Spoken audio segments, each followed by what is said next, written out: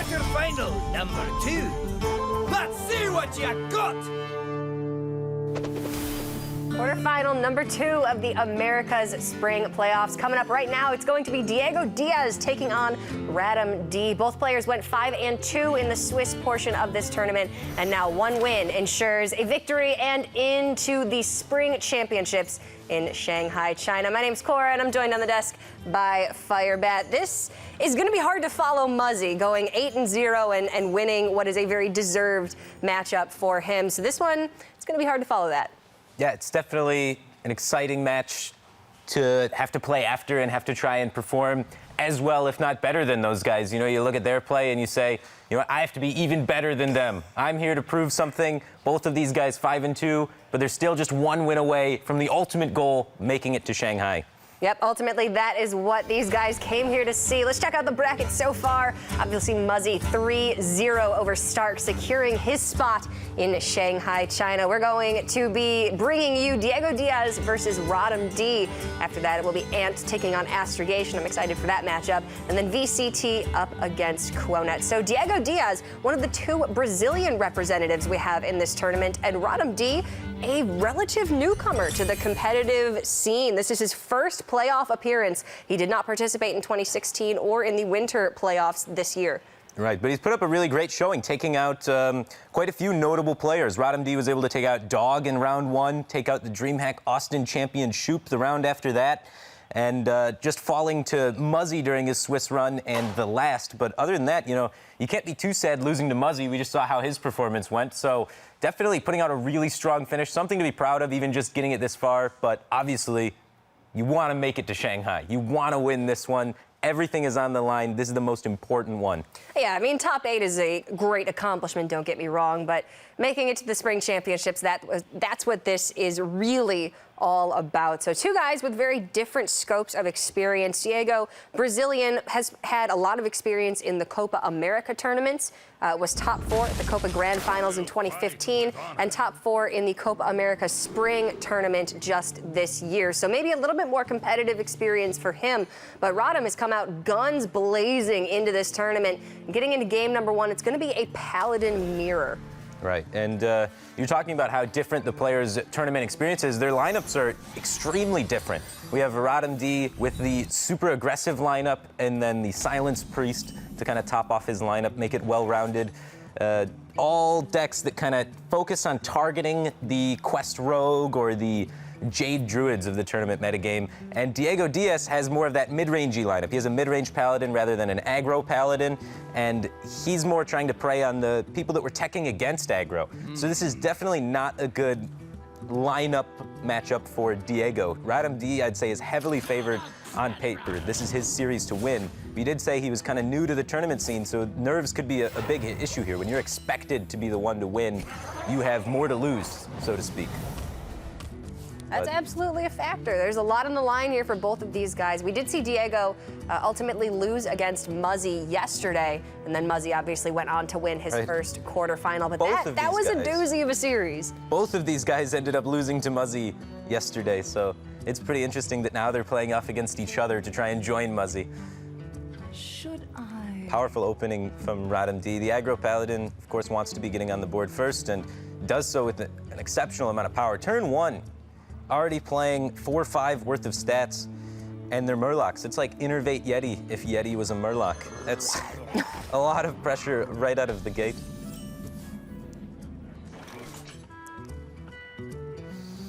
Some similar aspects to these 2 Paladin lists. Obviously, both are running Murloc package, but Radam's has Grimscale Chums, has the Murloc Tidehunters, Coldlight Seers.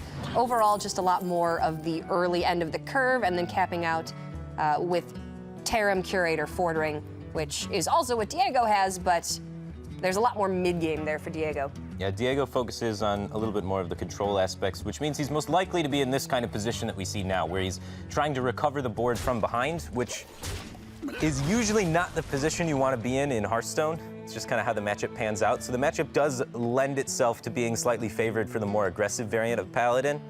Oftentimes, though, the way the mid-range Paladin really wins, and recovers in this matchup is if it can get a solid quality Consecrate when RadamD overextends, or if RadamD plays slowly enough to where the extra late game from Diego can kind of pay off and pan out to give him an advantage. So if you can get that initiative back, you're going to be able to hold it through the mid game. Right, right. So he's got to focus on trying to find a way to recover the board and just solidify that. Whereas RadamD needs to focus on setting up a board state that's kind of hard for Diego to come back on, but also not overextending into the potential equality to where then he doesn't have enough resources to reload after the fact. So it's all about walking that little bit of a tightrope, making sure you're committing enough but not too much. Resources are going to be a very big factor draw for Radam. Going into the late game, he has a lot less valuable draws if Diego does get that valuable clear and push this game into the later stages. Yeah, might not get that far, though. The Cold Light Seer being able to come down, buff all the Murlocs up, maintain the board control for Radam. Easy play there, much better than playing the Rallying Blade. Also interacts a lot better with the Secret. Not much of a choice here from Diego. He's kind of wanting to just try and set up a Consecrate. True Silvering down the biggest minion, makes the other two minions vulnerable to a Consecrate. If it were drawn, makes Diego have to kind of worry about extending weaker minions into this board. The Steward of Darkshire Noble Sacrifice protects Steward through the True Silver hit and a Consecration, as well as the 2/1 Sacrifice living, because it does get Divine Shield with the Steward on the board. That really shuts down the True Silver. Diego does not have a lot of action to try and interact with this. The Secret choice really paying off there. Noble Sacrifice synergizing so well.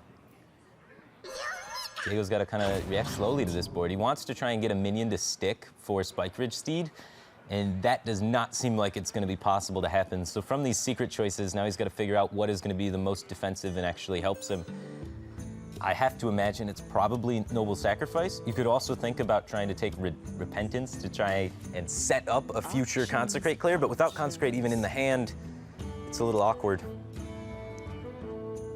Yeah, Radam's curve much stronger this game, and because he did have the initiative with the larger amount of early game minions, it does mean that going into the Spike Ridge Steed turn, he's more likely to have something on board that he can actually make use out of. And Rallying Blade obviously can be very flexible. It can help you in aggressive mirrors. It can just deal 6 damage. You usually don't see the Battle Cry activating, but it does give +1/+1 to all minions on your board that have Divine Shield. So with the Steward on the board, hero power for Radam, essentially, after Rallying Blade is played, is a 2/2 with Divine Shield. Yeah, the Battle Cry sometimes comes into effect. It's not always too bad. We see Diego here hold back the Murloc. He doesn't want to play this one-mana Murloc because he wants to try and guarantee that he can generate a Spike Ridge Steed taunt on turn 7, which I like. I definitely think it's very hard-pressed to have a minion stick for this Spike Ridge Steed. So if he can just go, the Vilefin Inquisitor, Spike Ridge Steed on turn 7, into Hero Power, Spike Ridge Steed on turn 8, maybe he can generate enough taunts to slow RadamD down enough. It's a lot of stall. It is. But yeah, as you're saying, the synergy coming out for that Rallying Blade. It's not really included in the deck for the synergy, it's just included because the stat line lines up well in the early game in matchups like this where there's a lot of 3-health minions going on, Murloc War Leaders, Rockpool Hunters, just so you can win that early game board and set up something like RadamD has set up where you have initiative and then you get to buff your minions with one another and the synergies can actually land. Not much going on for Diego. This is basically just forced to hero power and throw down the Gentle Megasaur for absolutely no value, hoping that in the future these 2 Spike Ridge Steeds will provide enough defense for him, stall out to the Light Lord and allow him to heal out of this pretty dreadful situation.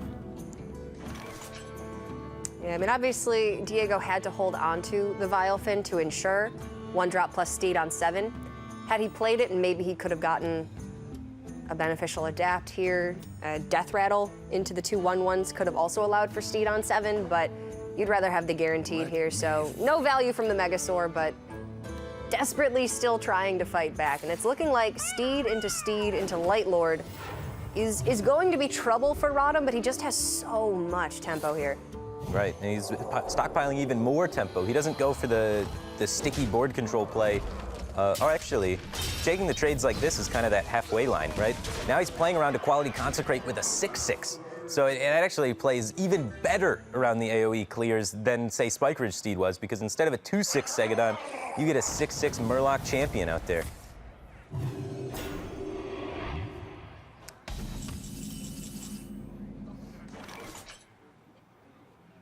The Rockpool Hunter allows him to preserve one of the bubbles while trying to trade up here, but it's super awkward to get through this efficiently, and a lot of the times Sunkeeper seems pretty ideal to do it, but the issues with Sunkeeper is you downgrade some of your board. You upgrade some of the other minions, but downgrading that 6/6 into a 3/3 definitely doesn't feel fantastic.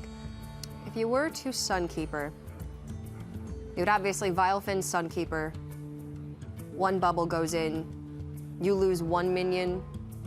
Actually, no, you don't. You can trade the Steward into the Stegadon, stays alive at 1 health. And you can keep a 3/3 Divine Shield as well alongside that, so... You're still not weak to Consecration, really.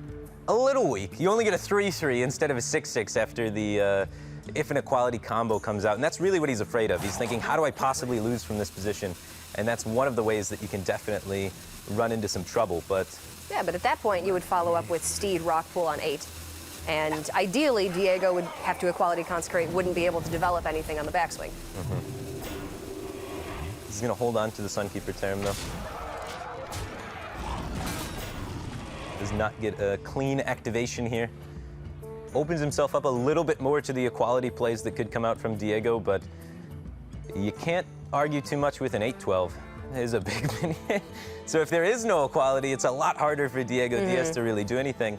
And there is no equality to meet this. You've seen those left 2 cards in Diego's hand for quite a while now. You can start to guess that they're either some form of removal or just the higher end of his curve. Right, and this position sets up a lot better to deal with Tyrion or Ragnaros Lightlord. Having an 8/12 is fantastic at just killing a Lightlord if it were to come out. Whereas if you tear him and then Tyrion or Lightlord does come out, it's a lot harder. Some problems. Sure. Yeah, it makes a lot of sense. And he can redevelop if a clear did come out. So the play definitely makes sense. Checks out. Dealing with this without equality, without Eldor Peacekeeper, just having to develop into this definitely doesn't feel good. He ends up going with the Tyrion. Wants to be able to get that Ashbringer weapon out, but the taunts are protecting him for now. Yeah, maximum of 7 if the Tarim comes down.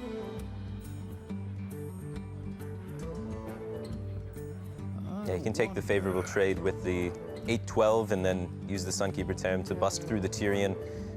He does downgrade his board a little bit, but pushing 7 damage, setting your opponent to 3, quite powerful.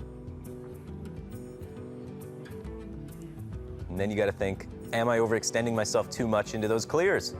It's always scary in these positions because sometimes you feel like you have the game solidified, and we can see there's no equality clear on the other end for Diego, but RadamD is definitely sweating about one. Yeah, walking that line is scary. You might be able to get a read that Diego doesn't have it because he didn't play it, but at the same time, the Tyrion was enough. Right. Maybe he's just being very careful with him. Yeah, and that's why we see him here, you know, squeeze in that hero power. It's something that can stick around after the fact, as well as, you know, saving the Terran to be able to react. I really like this play. I think it's a very patient play that works better against the potential cards Diego could have.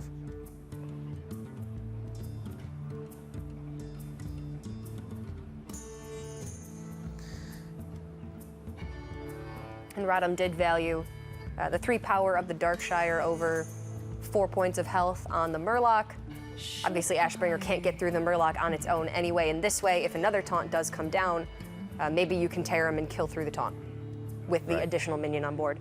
And Tarim just also pushes a lot of damage. You could buff 3 of your minions up, increasing their attack value. So Tarim can push 5 damage on the following turn, which is enough to kill Diego, even if he plays this Ragnaros Lightlord, which is his most defensive option at the time. Or Steed might be a little bit more defensive. It does add more health to the board in terms of taunt, but that also gets completely shut down by the Tarim. So the Tarim will be able to give RadamD lethal here.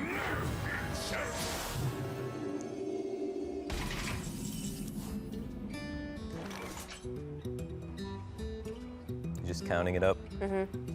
And not if he plays it first, it doesn't. No. You better put that card down. There you go. Kind of want that 5 extra damage, but this is going to wrap up game number 1. Radam taking a win with his more aggressive Paladin build up against Diego's mid-range Paladin. You said it yourself, this is a rather unfavored series for Diego, just taking a look at lineups. The Paladin from Radam, just one deck in a much more aggressive lineup overall. Yeah, all of his decks are super aggressive. All of his decks have fairly good matchups against the lineup from Diego, so I'm expecting this to be kind of a smash. Like, on paper, it's unfortunate that Diego, got into this top 8 and had to go up against RadamD. Yeah. The lineup is at a pretty good advantage. Yeah, it's definitely unfortunate, but kind of takes advantage of the fact that we're seeing so many control decks in this tournament that bringing something a little bit different maybe gives you that little bit of an advantage. Obviously, there's been some aggro Druid, a couple of combo priests, some silence priests, but it really is a unique lineup all in all, especially that more aggressive Murloc Paladin when there's been so much control. Yeah, I think it's the least represented variant of Paladin in the tournament. There's been a lot of control Paladin, a lot of mid-range Murloc Paladin, and most players have kind of strayed away from this more aggressive Paladin, and his unique build of it, doing a lot of work. It definitely is. It's going to go up to a 1-0 lead in this series. And of course, next week is going to be the Asia Pacific Spring Playoffs. Take a look. Coming up next weekend, across the ocean we go to the other side of the world, Hearthstone's Asia Pacific region. The best players in Asia Pacific will gather to begin their quest towards the Spring Championship. Among the world-class field are Samuel Tsao of Taiwan. A great performance in the Bahamas earned him a berth at Worlds. I did it. Now he's looking to qualify for his second straight seasonal championship. Tom 60229 of Taiwan. After just missing qualifying for the Winter Championship, he's #1 in points this spring. Tom 60229 has a long storied history. And B787 of Japan, an emotional Winter Playoffs performance B787 by the skin of his teeth. earned him a trip to the Bahamas. Now he's eager to take it to the next level. I'm trying to step it up each time. So my next goal is to make it to Shanghai. The Asia Pacific Winter Playoffs, next weekend on the 2017 Hearthstone Championship Tour. All right, so Diego down 0-1 and with an unfavored lineup. What does he have to do here? Is there a matchup that he can get that will give himself some sort of chance in this series? Some sort of chance. Well, in a perfect world, if you could try and pick which order the decks met each other, get in the mind of RadamD and out-mind games him, you would want, I guess, your Quest Rogue to line up against the Priest, because the aggro Druid and Pirate Warrior are so efficient at kind of dealing with the Quest Rogue. The Druid has a Hungry Crab teched into it, so the Paladin being through for RadamD makes the Druid kind of sketchy to get through. Its worst matchup is against the Silence Priest, so you'd want that to hit, I'd say, Pirate Warrior, which isn't good when your best matchup for your Druid deck to get out is the Pirate Warrior, so that's kind of sketchy as well. And the Paladin, though, the Paladin's got decent matchups left over all around, so I imagine he's gonna... Oh, he is going to be queuing back up with that Paladin and just trying to get on the board. And I like that. Just get your easiest deck to win with out of the way and then focus on trying to puzzle away to get through the rest of this. But you kind of hope RadamD gets a bit nervous. And if you do something to make him nervous, like making it a 1-1, then that can play favorably for you. These are the kind of like out-of-game stuff you got to be kind of thinking about when you're playing a really unfavored lineup against your opponent. It's definitely kind of unfortunate that the Paladin for Radam was what did win the first game of the series, because it looked like Diego may have had a better chance up against that Paladin with a couple of his lists. But ultimately, it's going to be the Paladin for Diego going up against the Pirate Warrior for Radam. And like you said, this Paladin has a good amount of early game, has a lot of stability in the late game, some health gain resources. If it can stabilize, it should have a good chance against the Warrior. I really don't like keeping the deckhand in your opening hand for Radam, but he does pick up the War Axe. One of the problems with deckhand in this matchup is that the stat line of it just lines up pretty poorly against the early game plays from Diego. It doesn't really contest a 2-3 appropriately. It does not contest a 1-3 appropriately, so can run into trouble there. And finding patches, of course, is definitely unideal for him, but this War Axe does help him stabilize this board rather quickly. He's got a pretty minion-focused variation of Pirate Warrior. He has double Naga Corsair, so it's pretty heavy. Double Naga Corsair as well as a Captain Greenskin. So he's got, you know, pretty much as many minions as you can possibly jam into Pirate Warrior there. So this Equality Consecrate in Diego's hand could actually be a big deal. Only one Mortal Strike for RadamD, so if he can sweep him off the board, he's going to be in a very favorable position to take this game. The burst is quite limited, and obviously some of the resources in Diego's deck line up very well against Pirate Warrior. Spike Ridge Steed, namely, is one large health taunt immediately, and then the 2/6 also, which normally the attack isn't that fantastic, but it does line up all right against some of the Warrior's minions. Maybe a Consecration then can clear off a few of them if they're left on the board.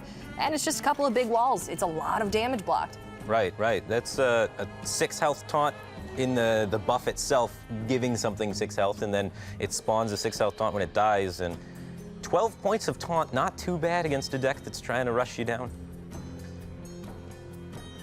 I imagine we just see the development of the Bloodsail Raider here, and no swing on the weapon. He wants to save it to get upgraded. One thing that RadamD could think about is trying to play around the potential for equality, trading in patches and pushing face with the deckhand to try and guarantee that he can Bloodsail on curve into Naga Corsair on curve. If he does go with the Raider this turn, he would get punished by an equality in Diego's hand. So that's what he's thinking about, and that's why he's kind of sequencing it like this, so he can protect his minion against equality, play out his curve a lot smoother in his hand. And it's going to really be rewarded for that decision-making there, kind of taking the suboptimal play on the turn to set up for the future turn. Yeah, I like this a lot. Maybe not the most obvious play, but you have a very minion-heavy deck, and your weapons are going to be incredibly valuable. So rewarded for it. Now.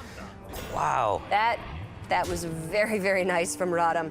Right. Now he's got the decision of how he wants to, if he wants to clear with the weapon or just send the 4 damage to face. And clearing helps play around Gentle Megasaur a little bit, or potentially Murloc War Leader. And he does choose to respect those cards. True Silver can start chipping away at this board pretty effectively.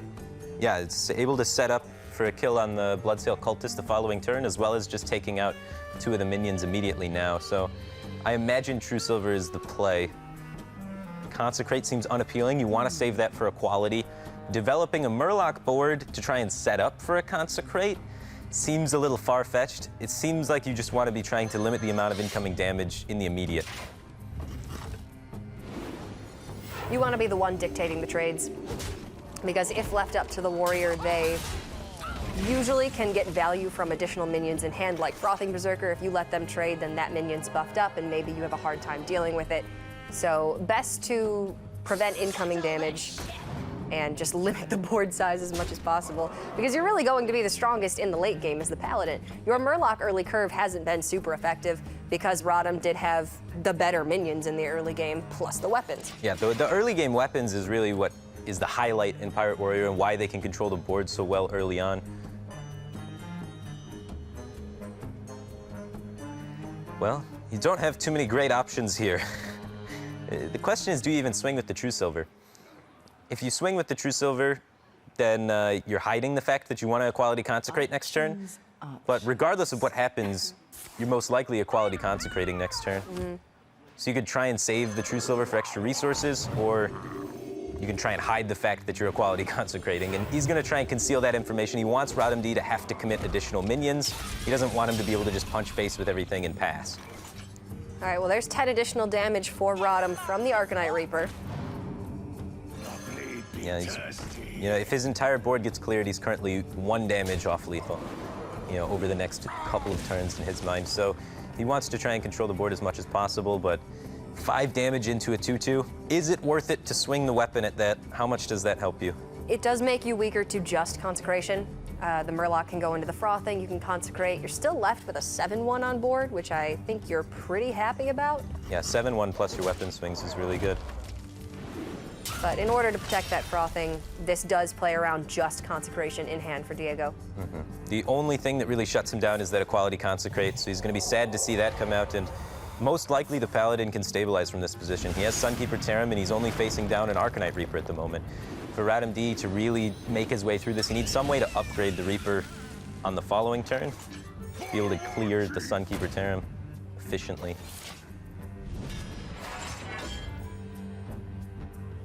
Well, playing the Kor'kron first will allow him to get through the Tarim this turn. Right. But now with the Steed drawn and the addition of the Tyrion, only one copy of Mortal Strike in RadamD's deck, it doesn't look like he's going to have enough burn from hand to be able to push through all of the taunts and actually deal the finishing points of damage. Yeah, so if you play, oh, it's interesting, he's not even going for the Sunkeeper Tarim. Feels like he can hold on to it. But I guess having that additional resource to debuff minions in the future is better if RadamD's hand is a lot of minions. And it works well against the top deck of Upgrade there, because that would have been able to shred through Sunkeeper Tarim. He's going to be rewarded for it too, as the Tarim can get more value here, but a lot of times I think he's going to play either Tyrion or Spike Ridge Steed. The Tyrion is particularly appealing because that Divine Shield oftentimes has to get met by a huge resource from the Pirate Warrior. One of their cards that typically does 4 damage usually has to get sunk into the bubble of Tyrion so that he can make his way through it, and then you can begin racing back against the Pirate Warrior and limiting their chances to find the cards they need to close out the game. I mean, whether it's Control Warrior or Pirate Warrior, Tyrion Fordring has always been very, very difficult for them to clear off the board, just because the Divine Shield often has to be overkilled. So although the Steed does have a nice trade with the Murloc here, you can then push face for 3, and you still feel pretty confident with the wall you've set up. Tyrion itself will just require an additional medium of damage from Radam to even get through. Right, and Diego is at a very comfortable 8 life total. There's only 1 Mortal Strike in the deck for RadamD, so he has to get through these taunts, and 100% of Diego's hand says taunt on it. That's a good spot to be in against Pirate Warrior. And no Spellbreaker in the deck, unfortunately. Yeah, that's been a card that we've been seeing float in and out of Pirate Warriors. A lot of them started including it quite recently, and it does help out against Paladin in particular because of the Spike Ridge Steed.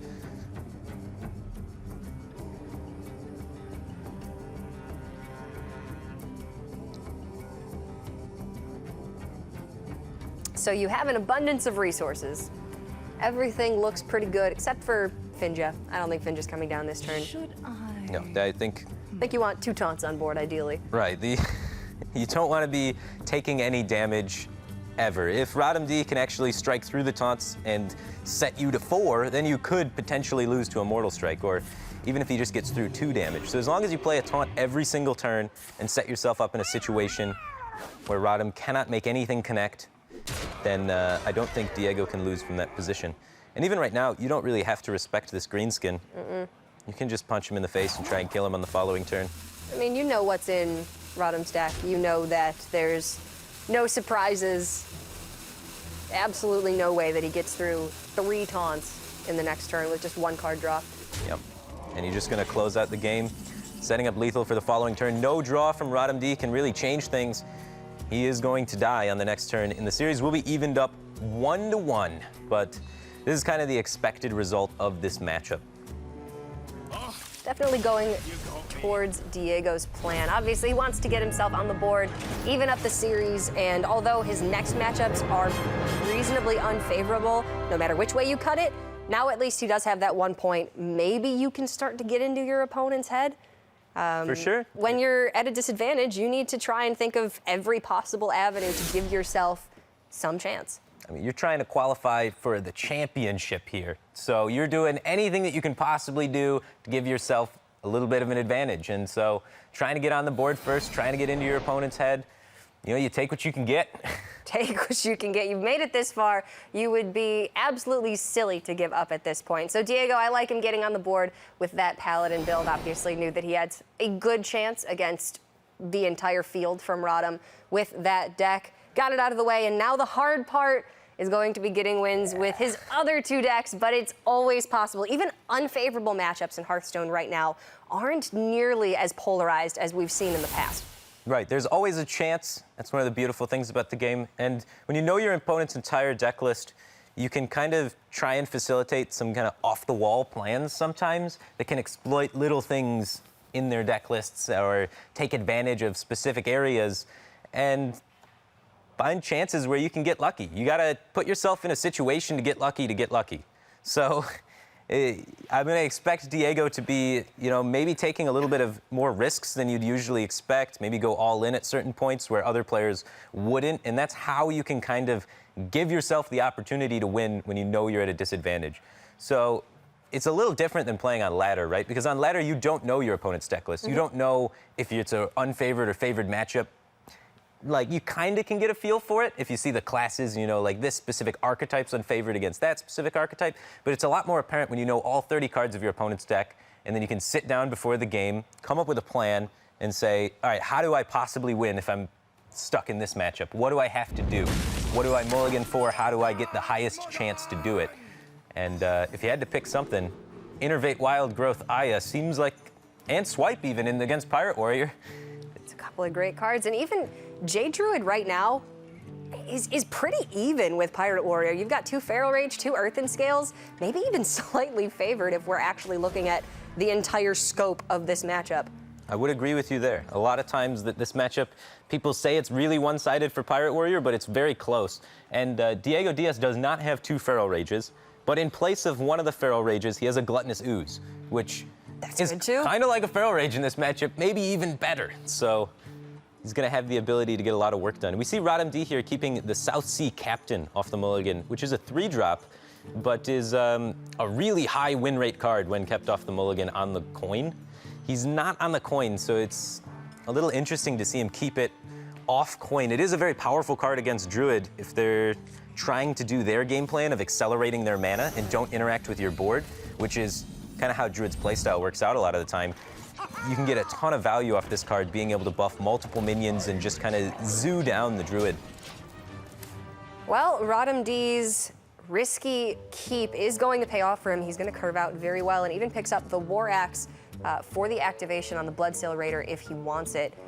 A lot of early damage for Radam, but also Diego is sitting on pretty much exactly what you want here. You want ramp, you want early removal. You need to interact with Radam's board in the early game before you can actually start fulfilling your own game plan. Right.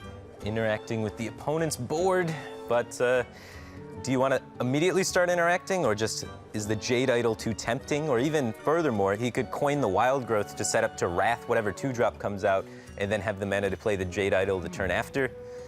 He has a lot of very enticing options on this turn. Could straight away go for removal and just coin a hero power, which I think is the least likely to happen, but it's really the decision between coin Wild Growth or immediately play the Jade Idol. What is the 2-drop you expect your opponent to play?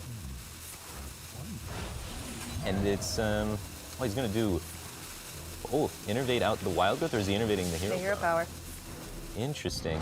He's really aggressively taking to the board here. He says, you know what, I don't have any cards in my hand that really benefit from this innervate. Let's try and minimize the amount of damage coming in. Well, from turn 2, you're really only expecting Bloodsail Raider or Fiery War Axe. So you have the Wrath that can take out the War Axe, which then leaves you with a clear, or the Wrath that can take out the Raider, excuse me, which then leaves you with a cleared board going into 3. And you do have the option for coin swipe if Frothing were to come out. Yeah, Frothing, South Sea Captain, or Cultist. Yeah, it makes a lot of sense. And if no minion comes out, then you just play Wild Growth instead, like if the War Axe were to be developed. So I understand. I'm gonna opt to Wild Growth instead of going for the Wrath, though, because he doesn't find the 2/3 too threatening, I guess. This way now he can Wrath down the Captain. And he does have access to the life gain from the Earthen Scales if he can pick up a minion to play it alongside of. Yeah, a little dry on the minions. The counter pressure from Diego, not too high. So he's really hoping RadamD just runs out of stuff at this point. He wants to completely kill all of the minions and just hope RadamD's left with only weapons and burn spells and then can't do much beyond that. And unfortunately for him, RadamD is got more minions in the tank, with the Korkron Elite being able to come down on the following turn.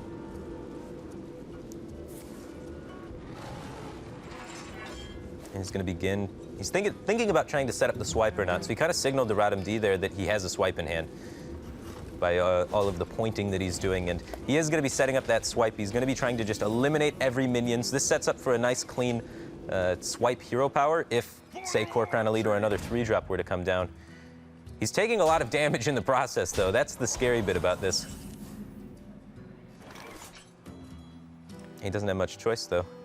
No, you do have the natural armor gain from the hero powers. That's cutting down on the damage intake a little bit, but you're still having to commit quite a bit to just dealing with these early minions from Radam, and it wasn't even the absolute most threatening early minions. N'Zoth's first mate didn't come out on one. You didn't see Frothing Berserker. Still a lot of threats in the deck that you are now incredibly ill-equipped to deal with. Yeah, that's a lot of damage coming through. If Diego doesn't draw something impactful here, he's definitely going to have to just YOLO out of gadgets and auctioneer.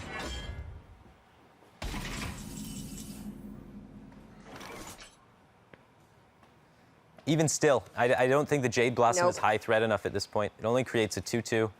It just doesn't do enough. I would really like to see him play a gadget here. I mean, you can gadget this turn. If it gets cleared, you can gadget Earth and Scales next turn. You gain 5.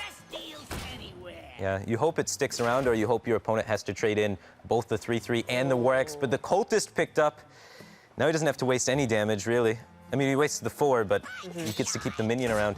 He has the choice whether or not he wants to even kill the gadget, too. He could ignore it, as he is getting so close to lethal, but because his board is so long in this, or so strong in this instant, I don't see any reason to not kill the gadget, right? He's killing the gadget as well as setting up lethal in this scenario, which is everything you want to be doing.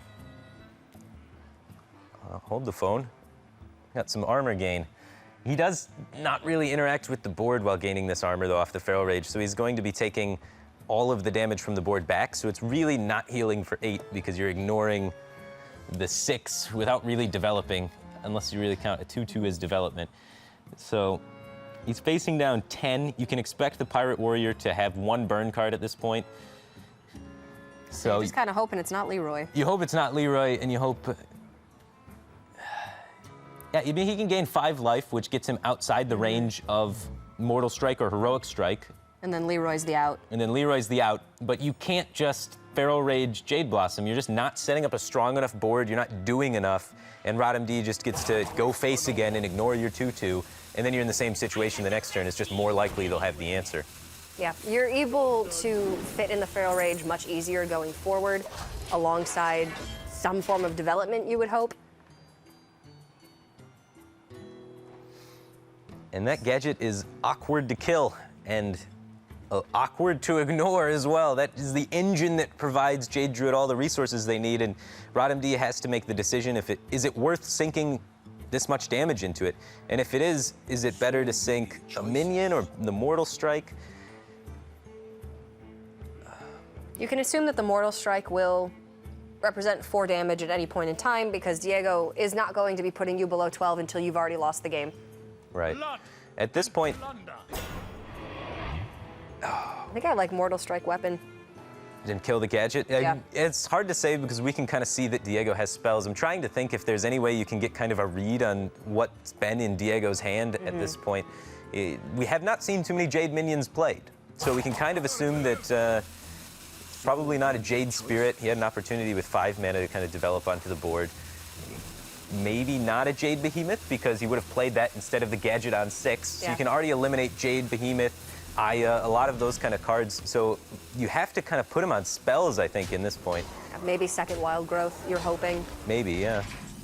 He is going to hold on to the weapon, hold on to the Mortal Strike, ignore the gadget, take the big risk. Really hoping he doesn't see Feral Rage. There's only 1 copy in Diego's deck. You're playing a little bit into the Gluttonous Ooze by keeping the weapon equipped. Yeah, you play into the Gluttonous Ooze, but you also power up your second South Sea deckhand. You power up Upgrade to give you huge amounts of damage over 2 turns. But this Feral Rage is a little bit of a heartbreaker. And the Innervate is a big heartbreaker for RadamD. Wow.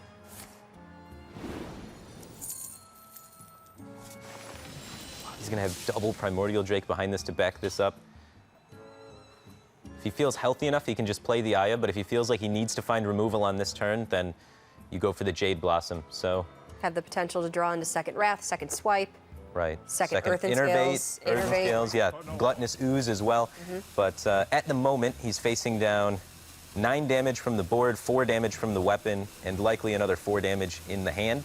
So he's likely to be alive as he gets to clear off one of these minions.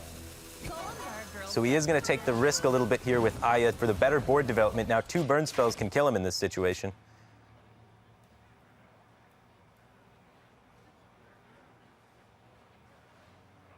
But RadamD does not pick up the second burn spell. He doesn't get one of the heroic strikes he would need to close from this position. He would need exactly double heroic strike or mortal strike, heroic strike. Or I guess Leroy South Sea deckhand. That's kind of risky. Even just a hero power would have gotten you out of range of 2 4-damage burn spells. Yeah, I think it's definitely one to look at. Like, the development, of course, is great, but with 2 4/8 taunts in your hand, maybe it's worth just getting outside of that 8 burst range, just so RadamD can't get the double burn spell on you, and then stabilize afterwards. But Diego felt he needed this board development to make sure when the Drake comes down, he will be actually stabilized. It's going to pay off in spades.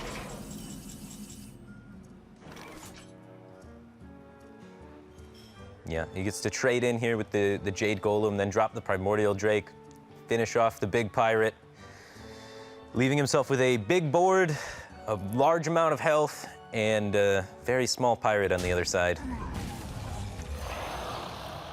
This is a big win. The reason why this win is so big is because RadamD's Priest is still in the lineup for him, and its best matchup is against this Jade Druid. So that out of the way could make it a little bit trickier for him to get a win with that Priest, which then gives DiegoDias' Quest Rogue a little bit more hope. Takes the trades this way to play around the second Primordial Drake. Keep a better minion in play as well. Corcoran is still immediately checked by the Golem on board. And this is with Radam even curving out very, very strongly. Diego having minimal development going into turn 6, 7. But sometimes you don't want development, right? Like, Diego's hand was Innervate, Wild Growth, double removal spell, which is definitely a solid game plan against Pirate Warrior. It's a matchup where you have different opening lines that really work well. Opening line, A, is you have the perfect Jade curve, which works well against everything. It's fantastic. And then option B is when you have all of the removal, because Pirate Warrior is a lot more of a burn deck than most of the aggro decks in the current metagame. So it can run out of steam compared to a lot of other decks, since it has those heroic strikes, mortal strikes, the Arcanite Reapers, stuff that it can hit that don't really allow for board development. So if you can keep it off the board long enough, eventually its hand just becomes burn and runs out of steam and fizzles out. Well, it's textbook what happened here. Radam is going to drop another game. Diego now going up to match point. In the back of that Jade Druid, and like we said before, a lot of people consider Pirate Warrior to be very strong against Jade Druid, but now looking at when both players had pretty good hands in the opener, the Druid was able to stabilize, albeit at a low life total, but stabilized nonetheless. Yeah, Jade Druid, extremely powerful deck. It's really, really, really good against control. And very, very strong as well against some of the aggro decks. Not nearly as strong as it is against control, obviously, but still. I've been talking with a lot of the other casters, and I was saying that Jade Druid is going to be the highest win rate deck in this entire tournament. So, looking pretty good? It's looking pretty good, I think, so far. I haven't really ran the numbers yet, but I can't wait to laugh at Frodan about that. That sounds great. No, I mean, obviously, Jade Druid is incredibly powerful. Aggro Druid also, we were seeing quite a bit of in Europe, but with more control-oriented lineups, the Jade Druid is going to perform very well in this tournament. So I think you may have done okay there with that prediction. Obviously, we're just waiting for both our players to come back. They needed a short break, but they are doing very well so far. DiegoDias up 2 games to 1. And of course, these guys are playing for the chance to go to the Spring Championships in Shanghai. This whole tournament is about going to China. The Hearthstone Championship Tour is heading to Shanghai for the Spring Championship. China's biggest city will host 16 worthy qualifiers from the playoffs. They'll be competing for the title of Spring Champion, plus a spot at the World Championships. It's Hearthstone in China, July 7th through July 9th in Shanghai. And of course, we have 9 players already confirmed going to Shanghai, China, and one of these 2 will be joining them as top 4 in this tournament, who will then play off actually against Muzzy in the semifinals, which is quite interesting considering that Muzzy actually beat both of them early on in the Swiss in this tournament. But they have to get through each other before they can get back to conquer Muzzy. Right, that sweet, sweet revenge is what they have to look forward to. Not only Shanghai, but it's always fun to play against someone that's beaten you before and just show them what's up, take them down. Definitely would be good for the old ego. And obviously, Diego has a lot more competitive experience. Radam, this is his first go in the Hearthstone Championship Tour, and he's doing very well so far. So with vastly different amounts of experience, what exactly does it take to be an elite player? We tried to find out.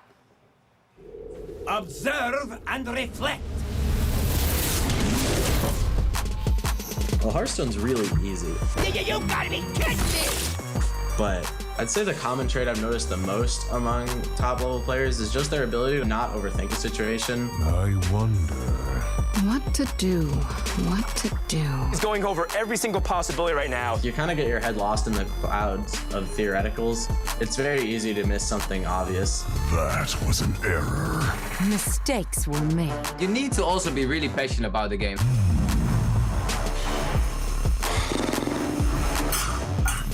You have to have a really open mind. Green Sheet's got some really interesting strategies. A lot of people just accept their loss before they actually lose. B787 under a lot of stress. Oh boy. This is actually not quite over. Like, even if you're losing, you should think about every option, because even if you have like a 1% to win the game, there's still a chance to win. B787 by the skin of his teeth. The book his ticket to the Bahamas. Obviously, like, you have to enjoy the game. It's a game, right? Here we go.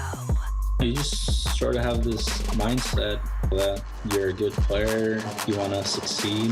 Victory or death! You need to have the feeling that this is the game you just love to play. Pull up a chair by the hearth. If you really want it, then we'll love to practice that everybody can become the next champion. Different paths to success for different players, but ultimately all of these guys are fighting for the same prize, the golden tickets to Shanghai, China. And of course, DiegoDias up 2-1 over Radam, but now is the problem deck. Diego needs to get a win with this Quest Rogue, which is what Radam is targeting with his lineup. Yeah, Radam's got a very interesting lineup here. A lot of people have brought the kind of target Quest Rogue lineup or target the greedy control decks / combo decks lineup with all aggro decks. And oftentimes in this slot where Priest is included for Radam, you will see Quest Rogue. And then sometimes the series ends up having to come down to a Quest Rogue mirror because it's such a great deck to help complement some of the matchups that these other aggro decks do well in. But just taking it one step further and changing that into this Silence Priest serves a very similar purpose and bullies the same kind of decks, but helps highlight the Rogue a little bit more. So it's not a matchup I've actually cast too much, and I'm interested to see how that goes. But first, we have to see the Pirate Warrior versus the Quest Rogue, and I'm sure everyone's seen how this one goes before. Enlighten us. If there's no Galaka crawlers, what are we expecting here? A lot of face action. The Quest Rogue tries to ignore the board and work towards completing its quest, whereas the Pirate Warrior focuses very heavily on board development, and when it gets ignored, things like Frothing Berserkers start getting out of control, pirates that are left unchecked get buffed by South Sea Captain, and then Arcanite Reaper smashes you in the face multiple times until you die. Now, I have seen, on occasion, the Rogue with 2 copies of Glacial Shard gets good bounce effects in the early game and is able to sort of abuse that freeze effect to really stave off the aggression from the Warrior and slow down the game. And obviously, DiegoDias does actually have a copy of Backstab in his Rogue list, which is not a natural tech choice in the deck. You usually don't see any of these flexible spells because they do clog up your pre- and post-quest board development. But here, it's going to be helpful. He ends up keeping a Youthful Brewmaster. Keeping a bounce effect in this matchup is pretty greedy. A lot of the times you're looking for your key cards, your anti-aggro tech, your Tar Creepers, and he's got a Stone hit, a Tolvir Stone Shaper in there, as well as trying to find the backstab or even just a South Sea deckhand to pull patches and fight for early board is oftentimes a priority. So it's super greedy to try and keep bounce effects for faster quest completion. I guess he just feels his mindset is he just wants to make the quest happen as fast as possible and hope that that's good enough. Which makes some sense. Like, if you don't complete the quest, it's hard to win. So if you focus on just keeping your opponent off the board the entire game and don't also focus on completing the quest, it could get pretty awkward pretty quick. It's a twofold strategy. You need to do both at the same time, which is very tough to do, especially with this clunky of a hand. Just looking at all of the resources that Diego has in the deck to be able to complete this quest, to not land any of them in the early game might have something to do with choosing to keep the bounce effect, but is still very unusual. He ends up holding back the Youthful Brewmaster. He had the option, he thought about it for a little while there, if he wanted to tempo out the Youthful Brewmaster to try and contest RadamD's minion. Obviously, if just met by a pirate, the weapon plus the patches pull would be able to destroy it. So it makes a lot of sense to end up holding it back. Maybe...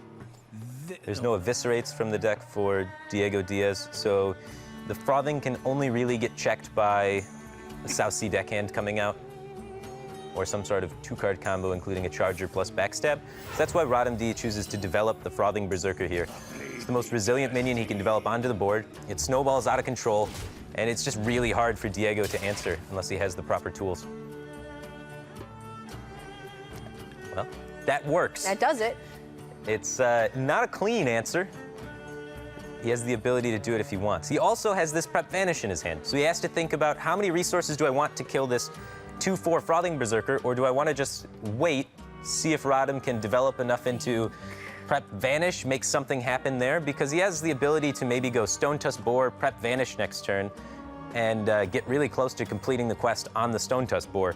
You could even Stone Tusk Boar this turn, brew back the boar, Set up the hope brew. that the brew will end up trading into the frothing, and then you can boar Prep Vanish the next turn, even if it doesn't. Does soak up some damage from the Frothing Berserker. That's if Radam doesn't have an upgrade or an additional weapon in hand that he can play. Yeah, and I think what he wants to do is he wants to try and incentivize Radam into developing additional minions. So by not playing the Youthful Brewmaster Boar out there, Radam doesn't have to worry about killing anything, so he has all of his mana free to just develop onto the board, which is what Diego wants. He wants him to be playing stuff out into this Prep Vanish, setting it up.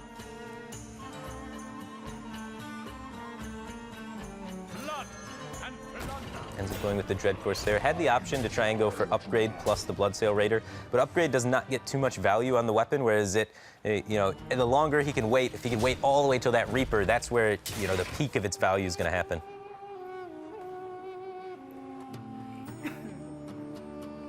Igneous Elemental. The Igneous gives Diego more options as to what he wants to complete the quest with. Right, now the question is, how much damage can you afford to take? Because you're looking down at quite a bit. 7 damage coming at your face next turn is uncomfortable in a deck that runs no healing and limited taunt. He has the Tar Creepers over the Biofins, so it's a little bit of a stronger taunt, but pre-quest, and a little bit of a worse taunt post-quest. So kind of interesting, but doesn't have it now, and he would like it. And even still, just the Frothing Berserker being on board allows Radam to trade with Diego's minions while also expanding his own offensive power at the same time, which is incredibly powerful. So what are you more concerned with? Shutting down the power on this board or completing your quest even quicker? It looks like Diego wants to reset this board. Might be able to complete the quest with the boar. He'll need to find one additional bounce effect, but they're rather abundant in the deck. So the Igneous can just be saved for post-quest reload, and the boar can be used immediately. Yeah, the most important thing is he just stops the Frothing from snowballing. The coin was used by Radam to extend that board as quickly as he did, so it's a little bit more awkward for him to build that same board back. Maybe... I imagine we see him just play out the Frothing again, though. You want that minion on the field to always be threatening snowballing, so you can clear off the, weak 1/1s or 1/2s of Quest Rogue while increasing your presence. It forces Diego to not interact with Radam's board in which case you win either way, because you have damage if they don't interact, you have damage if they do interact. You're in a good spot no matter what. Yeah, the thought process here, though, is he just wants to extend the largest possible minion, wants to put whatever has the most offensive attack power. So he's not worried about the snowballing of the Frothing Berserker. He's more just worried about just the base 5 attack of the Naga Corsair and getting the value of the Battle Cry. And then he's leading into Reaper in the following turn, which the 5 plus the 18, because the Reaper plus upgrade is 18 damage. Oh, Reaper plus upgrade plus patches is 18 damage because the first swing isn't upgraded. But if this 5 connects, RadamD will have lethal in 3 turns out of just out-of-hand damage. So with the Firefly drawn, Diego does now have the option of completing the quest via Igneous, Firefly, and then the Brewmaster on one of the Flame Elementals that comes into the hand. But once you get to that point, you're dead. And he has to deal with this 5/4. Taking 5 is very painful. You can play Igneous, hope he ignores it, then you can backstab, run in Igneous next turn, but you're still falling to 18. Like he's going to be utilizing the board here to just clean it up, take care of an immediate play around any sort of buffs that could land on it. The awkward thing is it protects his Igneous, which he kind of needs to die in order for him to be able to activate the quest. And I imagine here that RadamD is not going to respect the minions too much. Diego is still very far away from completing his quest. And turn 5 is usually Arcanite Reaper for Radam. That's what you have to be expecting if you're Diego. So the Igneous now will not be dying to the weapon swing, which means the quest is that much further away from completion. Yeah.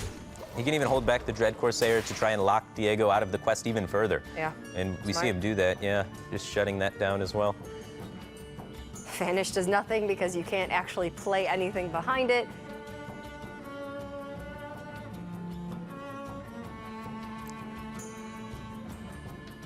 Yeah, that's no Tar Creeper. He really needs to find those taunts, finding either the Tar Creeper or even the Tolvir Stone Shaper. It's a 1-of in his deck, but if he's able to hit it, that is a good way to stop a Arcanite Reaper from hitting you in the face, because it has the Divine Shield, so it would force the utilization of patches out of RadamD's hand.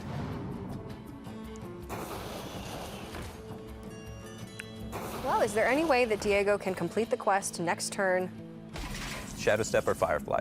If he's able to draw one of those 2 cards, he can still complete the quest. But he can't complete the quest, play the quest, and win the game in the same turn. Right. Because the armor up actually stops that. So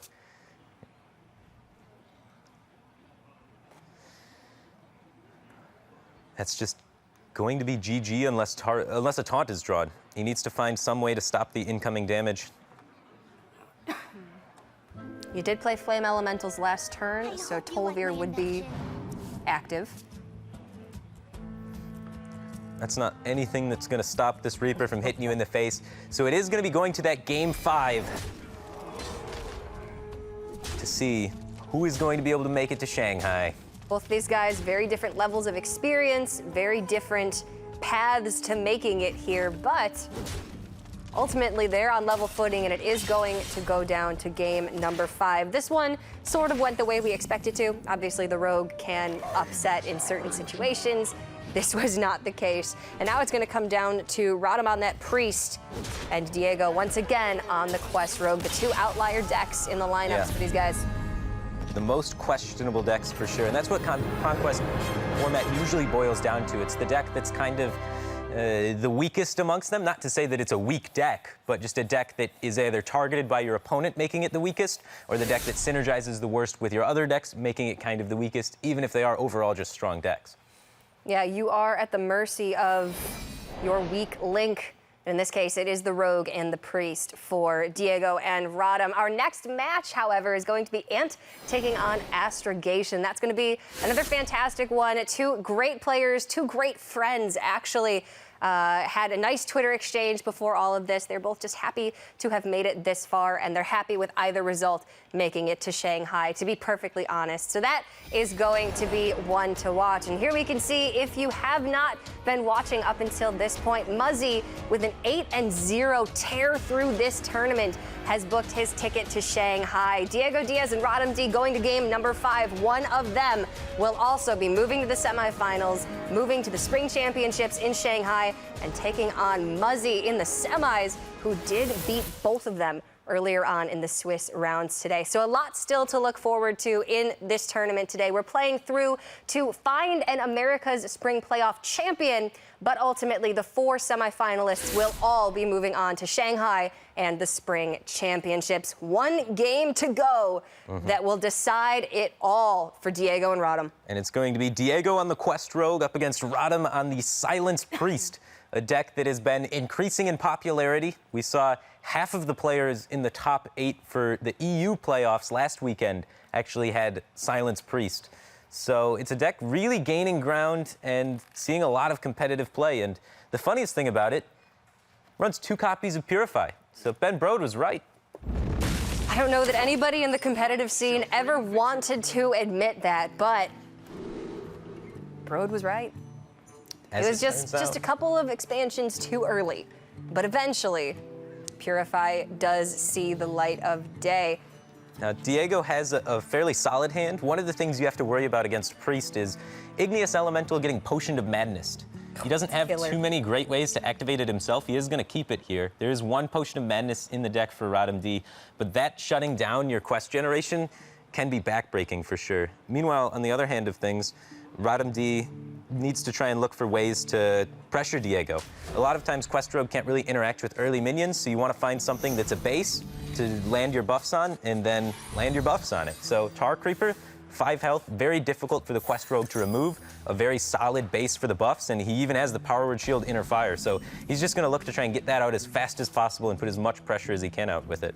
But I really dislike the Igneous Elemental keep for DiegoDias. Like, that's a game plan that works in a lot of matchups, and it's a very powerful card to finishing the quest quickly. But against Silence Priest, they have Potion of Madness to try and destroy that, where they can take it from you and then, kill it. Or they have just silence the card to remove its effect, and then you kind of kept a dead card. Their answers go from 1 with the Potion of Madness to 3 from the nature of their deck, and that's a counter you kind of can't afford to play into, because the longer you wait to finish your quest, then the longer that the Silence Priest has to gather all of their combo pieces, and you don't interact with the board. Right. So if a Razor Leaf or a Watcher comes down, it's getting Divine Spirited, it's getting Inner Fired, and you're gonna lose. There's nothing you can do other than Glacial Shard to freeze it for a turn. Yeah, having that Glacial Shard is really huge. That's one of the key cards of the matchup for sure. If you can just stop your opponent's minions from being able to get buffed and kill you, that is a pretty good way to go about it. Silence Priest does not run a lot of minions, but the ones they do run, they usually buff up to a very large numbers and try and kill you in one giant strike. But right now, Diego has the debate of whether he wants to commit to this Igneous Elemental or do some sort of Firefly bounce play, or even just start hitting this Tar Creeper so it can't be Divine Spirited. I imagine if you keep the Igneous Elemental, you hold true to your game plan. You stay true with your guns and you just drop it here on 3. If you do Firefly and Youthful Brewmaster, then you can challenge the Tar Creeper with a hero power, but it will likely trade into the Novice and heal, meaning that you will still be just shy of the damage to actually kill it. So Diego does go with his game plan, kept the Igneous in the opening hand, plays it down, and is going to get slightly punished here, as the silence will delay his quest completion even further. Yeah, and RadamD here choosing to go with the Cabal Talon Priest over the Power Word Shield Inner Fire play. Being a little bit patient with his damage was a 5-turn clock if he tried to go start pushing guns blazing right now. So he wants to get more value out of this Inner Fire. He says he can clock it faster in the future. He can heal up his Tar Creeper on the next turn, then Power Word Shield it, then Inner Fire it. And the clock is actually faster this way because its health has been increased by the Talon Priest. Yeah, increments of 7 don't go very well into 30. Yeah. Unfortunately, 10 looks a lot cleaner. Much cleaner. But these Glacial Shards might have something to say about that. Getting double Glacial Shard is insane. These are exactly what Diego needed if he wanted to win this matchup. These can shut down all of the threats from RadamD, because if he wants to silence his minion to remove the frost effect and allow it to attack, then he's silencing the buffs he has on it. Well, and this is also just going to allow Diego to complete his quest because of the 2 shards and the 2 bounce effects. So not only is he going to shut down Radam's board for the next turn or so, he's also going to be able to achieve his own ultimate goal, which will then buff his own minions up large enough to be able to just kill the board in one fell swoop. That is going to be a big Tar Creeper if he wants to take it. Doesn't have to worry about Vanish yet. DiegoDias is only going on to 5 mana. You know he has a Glacial Shard and he's bounced it, so he's looking to try and complete the quest on Glacial Shard, which does mean that the damage from it most likely is not going to be able to connect on the following turn. I still think you want to take it and make it 10-10. It's just so beautiful with the Shambler in hand as well. Getting 10-10 taunts, it's going to be able to eat up a lot of 5/5s post-quest. The prep is huge as well. Now he can kind of complete the quest even this turn if he wants. Or not. No, he's only played one Glacial Shard. Yeah, you play down both shards. Not quite able to do it.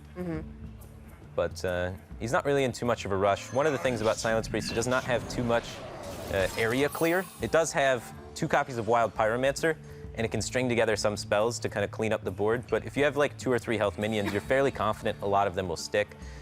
So definitely in a good spot for Diego. And after seeing 1 Inner Fire already expended, he doesn't have to worry about freezing this Cabal Talon Priest, I don't think.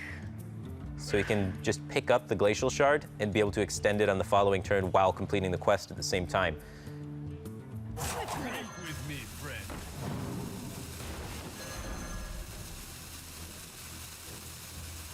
That might be enough.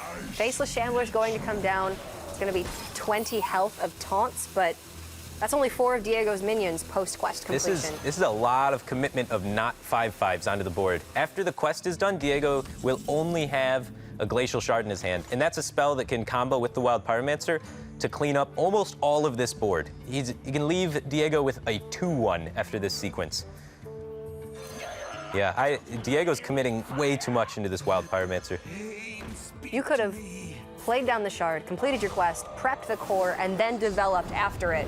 And 5/5s, there's no way that Radam's going to defeat Radam that. is missing an opportunity here where he could have killed all of these except a 2-1 minion. He could have used Purify on the Talon Priest. Then used Silence just didn't play the Acolyte this turn, leaving Diego with only 2 cards in his hand and a 2-1 on board. So even after the quest, just not enough fuel to make his way through the Tar Creeper on the board already. He felt he needed the draw, I guess, but I disagree. I definitely do not like how that works out for him. If you clear the board, then it's a possibility that your Creeper lives, then you get immediate Shambler value. Yes, you would have lost your Talon Priest and your Pyromancer. Well, you could, yeah, you'd But lose. you're going to lose those anyway. They are alive at 1 health, so they kind of contest. But the 5/5s are going to be at 2 health afterwards. How are you going to finish them after that? Especially when you only get 1 Pyro activation, unless you pick up another spell. If you pick up another spell, you're not picking up the Pyro. I guess you could Purify to draw for it. But then you're purifying the Pyro. Doesn't really work out. So he's not silencing the 12/9 Tar Creeper or freezing it, excuse me, because that is going to die. So it makes no sense to freeze that. He's freezing the Cabal Talon Priest, which is the minion he's going to be trying to ignore. The prep doesn't really get too much more value than this. It allows him to squeeze out an extra 5/5 on this turn, and he's really punishing RadamD for not clearing the board on the previous turn. Diego's going to leave everything except the 3/1 Talon Priest, put up his own massive board. Start pushing damage as well. Radam doesn't run Dragonfire Potion. Doesn't have Shadow Word Death. Does have Lyra, which could try and draw into those, but not on this turn. It's looking grim. I really do wonder about that turn from Radam. You knew that there was a Glacial Shard in hand for Diego and 1 card that he had then drawn. If you clear off every minion except for 1, then it's likely that your taunt lives. very likely that you're in at least a favorable position. Then you can Shambler, you picked up Razor Leaf, you spiral the game from that point. Yeah, running the Quest Rogue out of resources is extremely powerful. Now, how do you recover from this position? He could try and just set up the Razor Leaf to make it a threat right now. Like, if he goes in with Razor Leaf Divine Spirit, Diego could be a little bit afraid of the potential Shambler coming down from RadamD, but he doesn't quite have the resources to respect a Shambler, I don't think, so he may just ignore the 4/16 Razor Leaf, and then the Shambler can come down for the punish, and you can activate Razor Leaf on the following turn with Purify. So I like that, setting up the threat of the Razor Leaf. You have to use a really expensive resource, so that you lose a lot of burst when you have to use a Divine Spirit like that. Oh, wow. You don't play the Vanish this turn. Diego needs to wait until the resources are committed from RadamD to be able to do this. You have to read this as Shambler. When you see your opponent, use Divine Spirit on a minion that's not even silenced yet. So this 4/16 cannot attack. It has to be silenced, set down to a 4/8, and then it can attack. So if that happens, he would need Divine Spirit plus 1 extra source of damage. So you'd be playing around like Power Word Shield, Divine Spirit, Inner Fire, Silence, which is 4 cards. Your opponent only has 3 cards in hand. So I don't think there's any reason to Vanish and respect a 4-card combo from a guy that has 3 cards in his hand. So I think as long as you trade with the Cabal Talon Priest and then push the rest of the damage to face, setting up lethal, I think you're just coasting from there.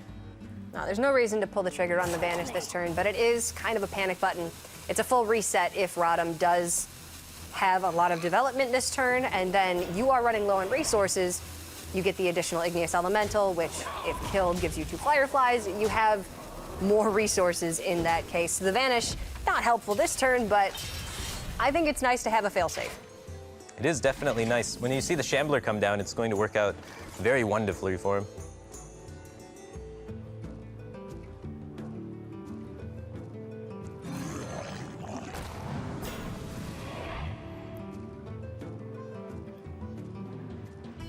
Could try and cycle the Purify here if you wanted to.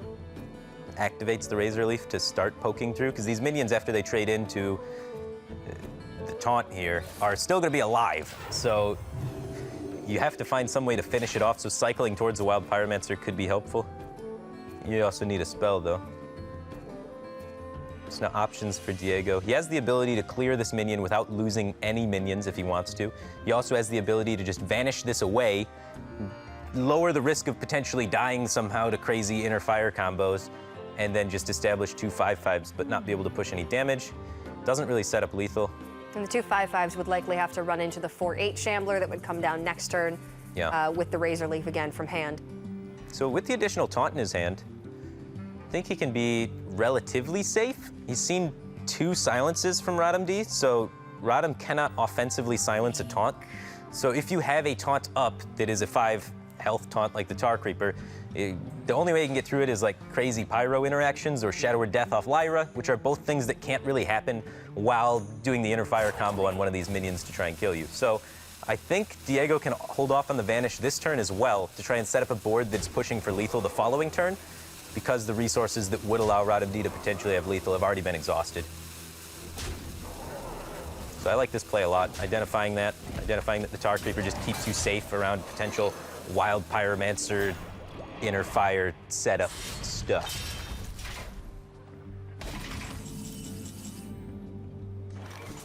Now what can Lyra do? So you drop Lyra, you purify the Razor Leaf. Razor Leaf goes into the Creeper, you take 5 off board, and you have 1 mana to get something off of the Lyra. You could just chain heals to all the way till you're up to 30. That's possible. With the Radiant Elemental? It is possible. You can get, what is it, the burning something? The new Flash Heal. Yeah. Heals a minion for 5, Holy heals Smite you keeps for 5. things going. So which minion is most valuable to kill? If Vanish does come out, he feels he wants to take out the Glacial Shard so he could potentially be setting up lethal. The back of that does not get anything that allows him to continue with the Lyra chain. Shadow Word Horror naturally would have been really good but now not so much. In the late game, it's not going to help out, and DiegoDias is going to be our second America's representative going to the Spring Championship, and a Brazilian representative at that. This is truly an America's tournament, Firebat. Right, the South American scene has been doing really well in Open Cups and just crushing it. So I'm happy to see one of them having success here, making it all the way through. A lot of great players coming out of that region lately.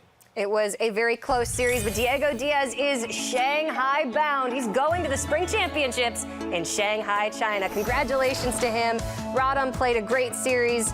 It was only his first foray into the Hearthstone Championship Tour, so to make it to the top 8 in your first outing is absolutely an incredible accomplishment. But at the end of the day, it was Diego that is going to be joining Muzzy in Shanghai, China, as well as our 4 European and 4 Chinese representatives. This is shaping up to be quite a nice 16 players that are going to be going, of course, with the addition of Asia Pacific next weekend. We had quite a highlight from turn 5 of one of the games from Radam, so we can take a look at that and break it down just a little bit. Let's see what we've got here. Game 5, turn 5. This is the Silence Priest from RadamD up against the Quest Rogue from DiegoDias. So he knows that the quest can be completed on the following turn by Diego. And he has the ability to kill almost all of the minions on board by using the Purify and the Silence to activate the Wild Pyromancer, killing everything except the 2/2/3s, and then his 3/4 would be able to attack into one of the other 2/3s.